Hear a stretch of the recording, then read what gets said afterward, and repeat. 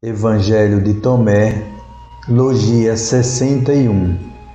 Imagem e semelhança de Deus. Interpretação do espiritualismo ecumênico universal. Disse Jesus: 2 descansarão em um leito, um morrerá, outro viverá. Perguntou Salomé: Quem és tu, homem? E de quem és filho? Tu te sentaste em meu banco e comes de minha mesa. Respondeu-lhe Jesus: Sou o que vem daquele que é igual. A mim me foi dado das coisas de meu Pai. Disse Salomé: Sou tua discípula.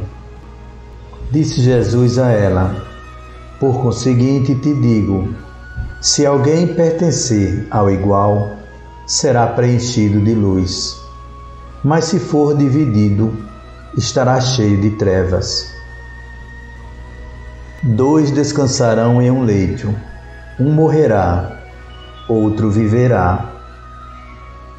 Com esta frase, Jesus está falando da casualidade, ou seja, aquilo que acontece sem motivo aparente. Se 2 pessoas estão em um mesmo lugar e acontece algum fato que tire a vida material de um deles, o efeito deveria ser o mesmo para todos. No entanto, não é isso que ocorre. Mesmo estando lado a lado, ao lado de um fato causador de morte, muitas vezes um sucumbe e o outro não. A este acontecimento é dado o título de casualidade, sorte, azar. Entretanto, sempre fica uma pergunta: por que um e não o outro? Por que a sorte foi caprichosa, ou seja, por que escolheu exatamente aquele e não o outro? Quando utilizou a frase acima, Jesus estava dizendo que ele sabia o motivo para a ação da casualidade. Quem és tu, homem, e de quem és filho?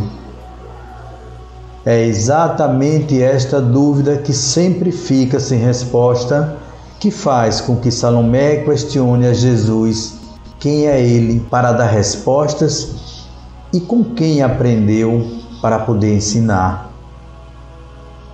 Sou o que vem daquele que é igual. A mim me foi dado das coisas de meu Pai. Jesus afirmou que recebeu seus ensinamentos de alguém que era igual a ele e a todos que se encontravam ali. No livro Gênesis da Bíblia Sagrada está escrito que vamos fazer os seres humanos que serão como nós, que se parecerão conosco. Capítulo 1, versículo 26. Juntando-se as 2 informações, poderíamos concluir que Jesus estava dizendo que recebeu este ensinamento de outro ser humano. No entanto, os seres humanos não conhecem o motivo para a casualidade. Com isto, compreendemos que Jesus não era um ser humano, mas sim um espírito na carne. O ser humano não se reconhece como espírito. Imagina que só se transformará neste ser após a morte. Por este motivo, aplica o ensinamento do livro Gênesis em sentido inverso, ou seja, imagina Deus como um ser humano, ao invés de saber que ele, ser humano, já é um espírito à semelhança de Deus. Deus não possui materialidade e não vive para coisas materiais. Ele nunca quer estar certo, porque sempre assim está. Não busca a razão, porque sempre a tem. A inversão da autovisão que um ser humano tem de si, ser espírito já, lhe levará a participar destas verdades universais.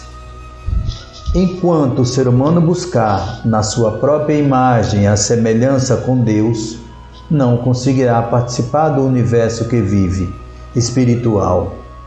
Portanto, Ao afirmar que veio do igual, Jesus estava dizendo que se sabia um espírito habitando uma carne e não um ser humano. Por esse motivo, conhecia as verdades universais sobre as coisas. Sou tua discípula. Na logia 15, Jesus afirmou que aquele que não se reconhecer como filho de mulher, ser espírito, poderá ser pai de outras pessoas, ou seja, ensiná-las como viver para alcançar a elevação espiritual. Isto porque quem se reconhece como espírito conhece as verdades universais e não julga ou condena ninguém e mantém a alegria universal. Por entender que Jesus não se sentia como um ser humano, mas sim como um espírito na carne, é que Salomé afirmou que queria aprender com o Mestre a viver. Se alguém pertencer ao igual, será preenchido de luz. É preciso que o ser humano se veja à imagem e semelhança de Deus, Espírito, para compreender os acontecimentos da vida material. A casualidade não existe no mundo de Deus, porque ela não é inteligente, justa ou amorosa. Achamos que uma bala perdida faz uma vítima, ou seja, alguém que pagou pelo erro de outro e foi injustiçado e maltratado. O ser humano não consegue entender por que aquela bala penetrou exatamente na pessoa que precisava e merecia, e por isso sofre. Não entende os motivos que levaram o criminoso a atirar e acertar casualmente quem não tinha nada a ver com isto. Quem se sabe espírito, sabe também que o criminoso não atira porque quer e que a bala não acerta ninguém a não ser que seja direcionada para aquela pessoa. Deus, causa primária das coisas. Por isto não vê bala perdida, mas sim a bala achada. Compreende que aquele tiro foi direcionado por Deus para aquela pessoa que aparentemente nada tinha a ver com a situação. É na inteligência suprema que o Espírito retira as verdades do mundo. Ele sabe que é filho de Deus, habita em sua residência e que o Pai é o único e por este atributo pode comandar as coisas para que a justiça se imponha perfeitamente. Além disto, confia plenamente no amor sublime que o Pai dedica a seus filhos e sabe que Ele nunca os castigaria, mas promoveria a sua justiça e evolução. Por este motivo, o Espírito não acusa o outro de ser um assassino, mas sabe que ele serviu de instrumento de Deus para causar o que deveria ser feito. Reconhece os motivos por merecimento ou necessidade que levaram a bala a ser direcionada contra aquela pessoa. Sabe que quem recebeu o tiro não é uma vítima, mas que merecia passar por aquilo para sua evolução. Mas se for dividido, estará cheio de trevas. O espírito, portanto, não sofre. Aquele que reage com sentimentos de sofrimento a qualquer acontecimento da vida humana é porque ainda imagina que Deus é um ser humano, ou seja, a imagem e semelhança dele mesmo. Aquele que se encontra dividido entre a conquista de bens materiais e espirituais vive nas trevas, ou seja, no escuro. Não reconhece a razão para os acontecimentos da vida. Deus, causa primária, e por isso escolhe sentimentos que provoquem sofrimento. Angustia-se com o amanhã, preocupa-se com os acontecimentos, apavora-se com o destino. Todos estes sentimentos são negativos, ou seja, provocam no ser humano a sensação de sofrimento e originam-se na falta de fé, ou seja, na não entrega e confiança absoluta em Deus.